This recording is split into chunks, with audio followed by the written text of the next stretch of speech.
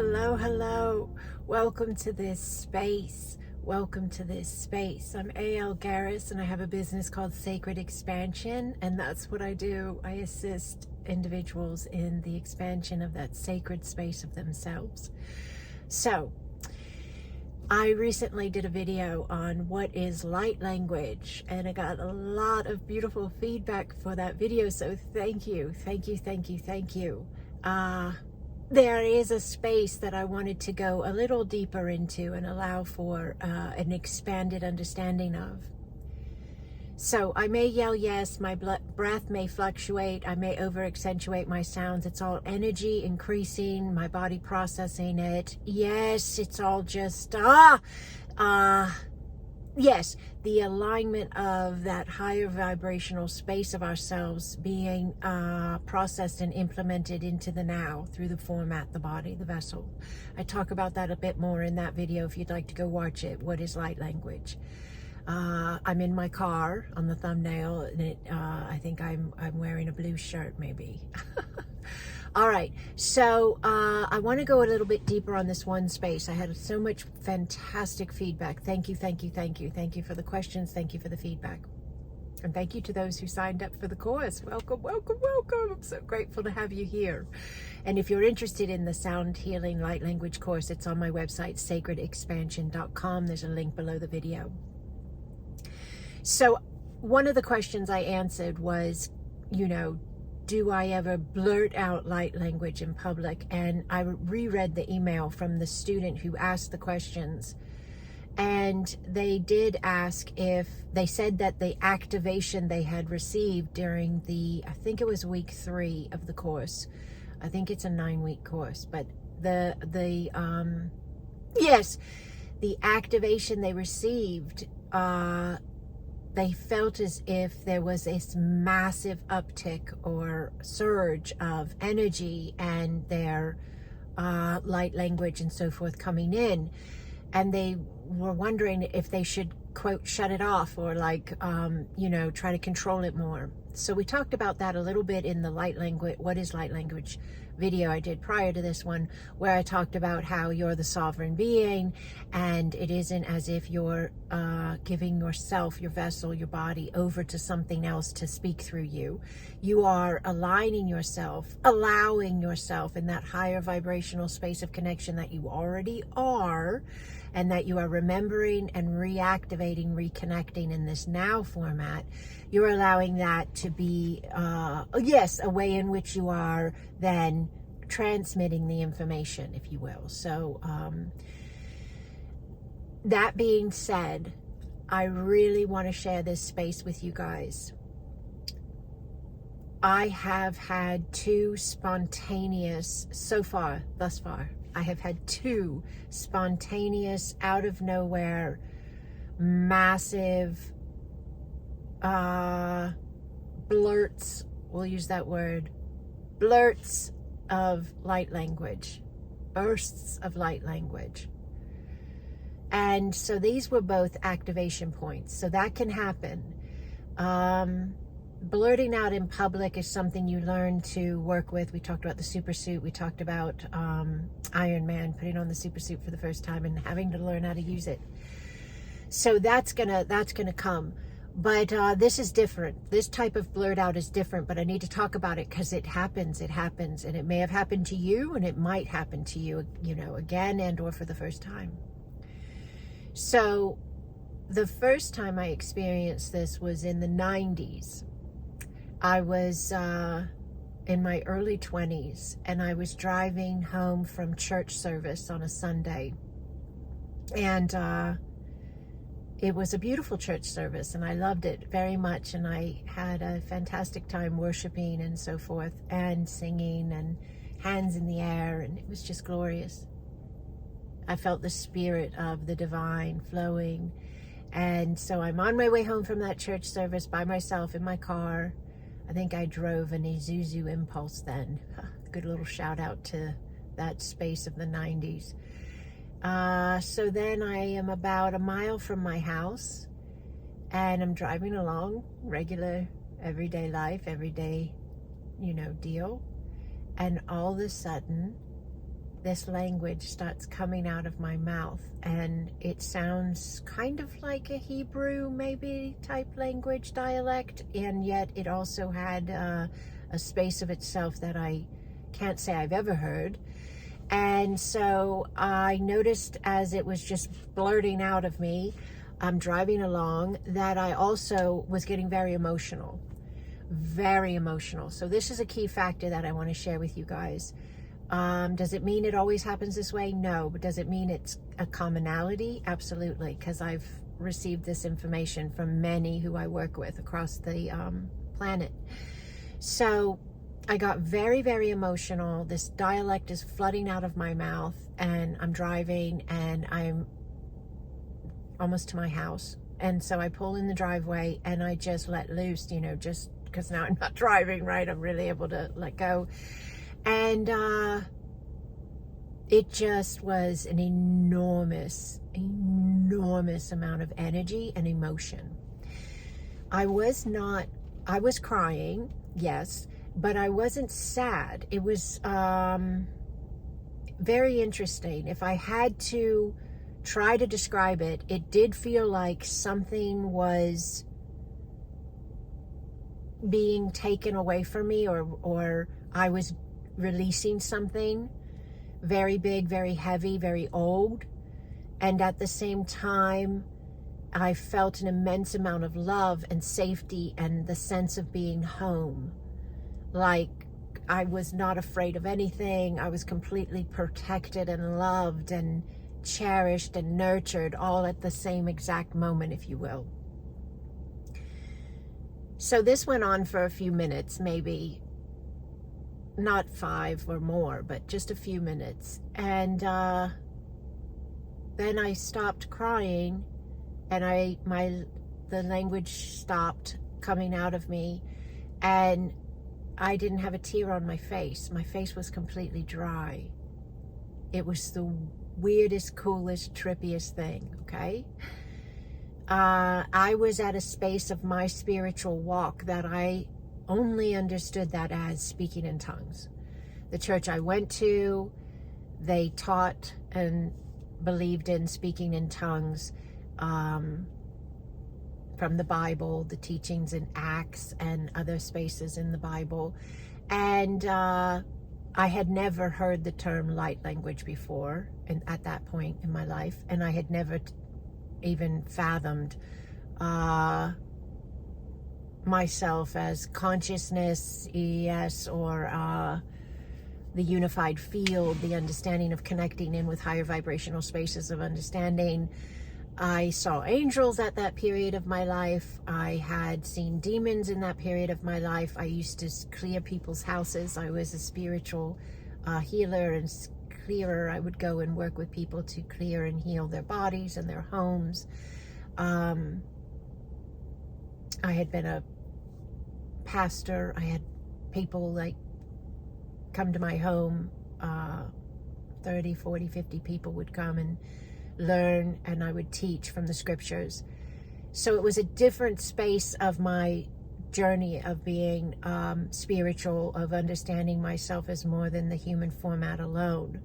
But it was a very important part, because I am so grateful that I had that experience when I was in more of what we would understand of a like religious, fundamental church space, biblical space, Christian space.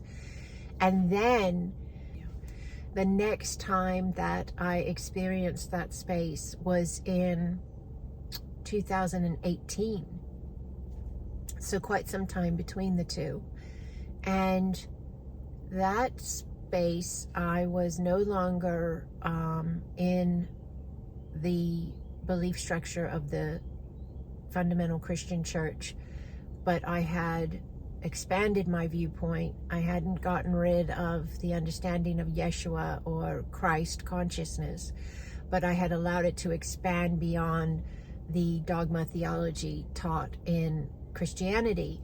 And I was visiting a family member. I was at their home, and they had a lovely crystal collection. and they had some in the dining room. So I was the only one in the dining room. The rest of the family were in other rooms in the house, but near me. And my children were with me, and other family members were there. And I was holding this beautiful crystal. It was either a clear quartz or an celestial. I'm not positive by memory, and it's not around anymore for me to find out, and look into that. But I think it might have been an celestial. But I was holding it, and I was just looking at it and admiring it. There were many crystals in the room, but that one drew my attention. And it was a new one that my family member had in their home at the time. So I was holding it, looking at it, and admiring it, and just being in the space with it. And all of a sudden it happened again. Massive rush of emotion, and the sense of feeling an immense amount of love, home, safe, protected. I don't know, just like everything amazing and good you could possibly feel all at once. And at the same time, there was this language flying out of my mouth. And I didn't want my children to be scared, and I knew they could hear me. And I was crying again, and I was, this time, sobbing like something was being ripped out of me. I'm going to give you the example here just to try to help a little bit. I don't want to seem weird or over dramatic, but I think it's important. I know for some reason this is important, okay? But it was like that kind of crying where you're like, oh, you know what I'm saying? I don't want to have to go all the way down that road, but like something being wrenched out of you, okay? I actually have only cried like that maybe when I lost my father when I was like 23, and the initial space of that set in, I didn't stay there because I knew I didn't lose him. I knew he just was in a different space of connection now, because he's eternal consciousness, so he's not gone. He just wasn't in his package of his physical body. But it was that wrenching cry, okay? And at the same time, I felt completely safe and loved. So really fascinating. I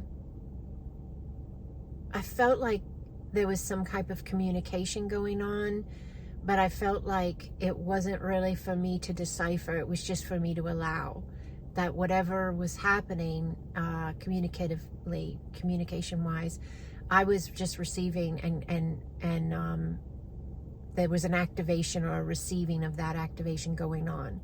And so I just allowed the space. I did curtail it a little bit for the sake of my children, because I didn't want them to be afraid, but I didn't stop it.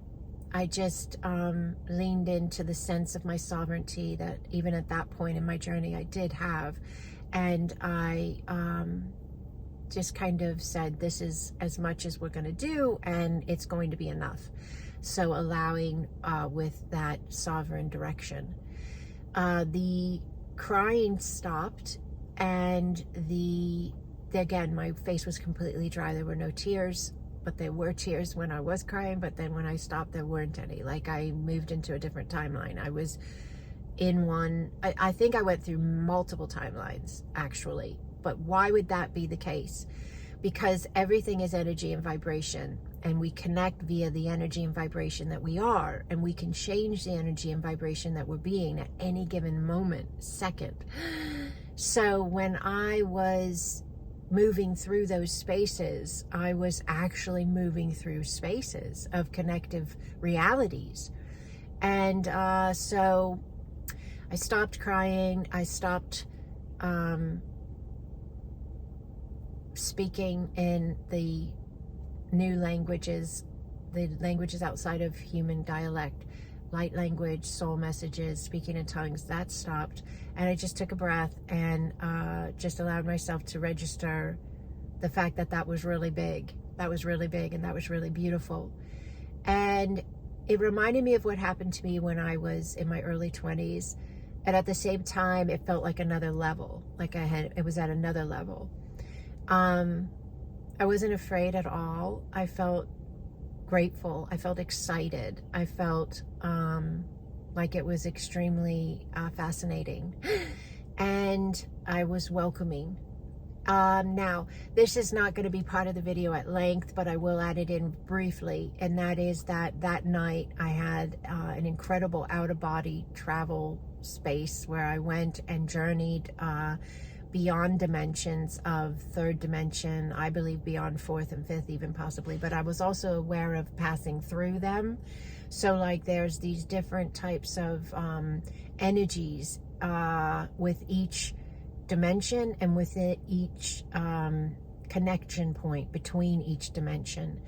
And there's different things going on and different realities playing out in all these different variation points.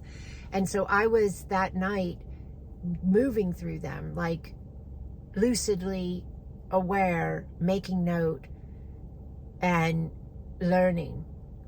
And I met this being that was, I've talked about this in another video, I met this being that was answering every question I've ever had, even though I wasn't asking them. It was like just this understanding of, yes, the information being given and me allowing. And the one part that I did remember is that was really cool was when I was leaving third dimension and I was moving through to fourth. It was like I could hear a million voices at once. They almost sounded like a lunchroom. If you've ever been to school and you ate in a lunchroom and there was everybody talking all at once. It was like some million voices talking at once. It almost made a sound beyond that. It sounded like water, roaring water. Yes. And then beyond that, there were other types of noises, sounds, energies, understandings going on as well with that, and with every space, every variation.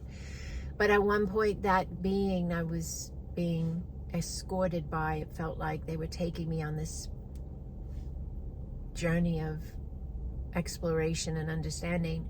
That being was telling me all these answers to every question anyone would ever have, really. And the one thing that stood out was I heard like, how old am I? And then I heard, you are eons and eons and eons old. And that's not actually perfectly accurate. I read my journal the other day. I'm getting ready to move into a new home and I was packing some things up and I found an old journal. Never, ever, ever think journaling is boring or dumb or whatever. It's fantastic. I love it. So I found this old journal and I was reading it, and it was that exact experience, and it was spelled out word for word exactly what I heard. I paraphrase when I say eons and eons and eons old. It was actually even cooler than that, the way they said how old I was. But I don't have the journal in front of me, so I can't give you those exact words right now. But I'm going to do another video soon. If you guys want the video, I'll do a video on like the specifics of this space because it is pretty cool. So anyways, that experience came after that massive blurt out of light language and emotion and everything.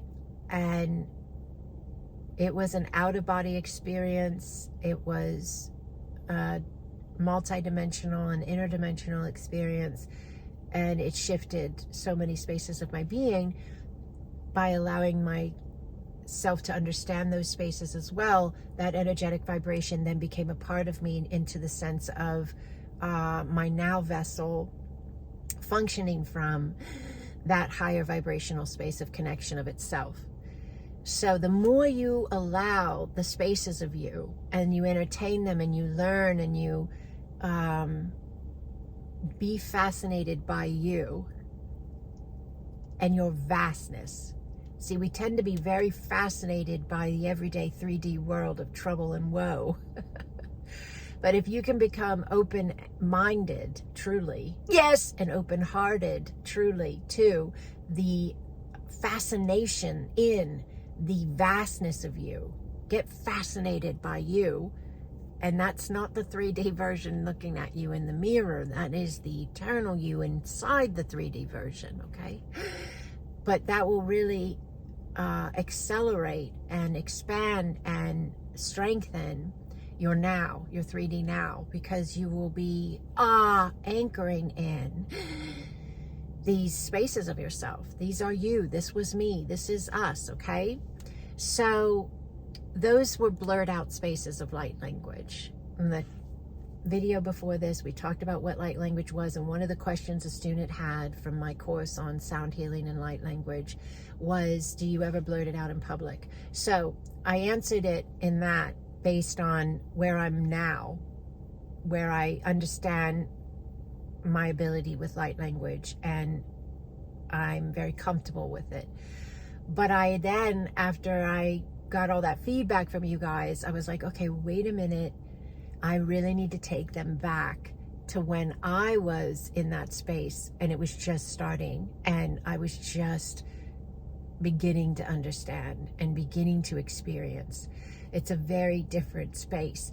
And you may have those really big blurts, really big bursts of light language, universal, messages coming through.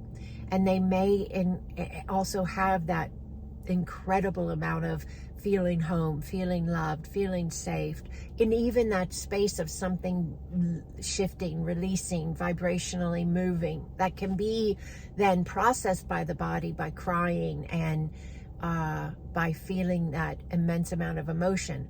That is the body processing the energy. That's how the body does it.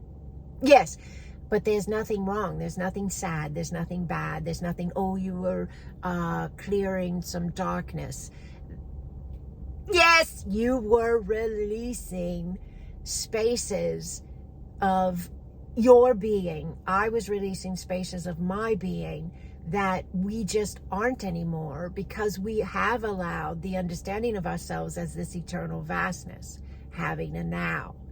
And so there can be that release, but it is actually more, probably it would be more accurate to say there's an alchemizing going on. There's a shift going on, because we don't leave energy anywhere. We're not energy litterbugs.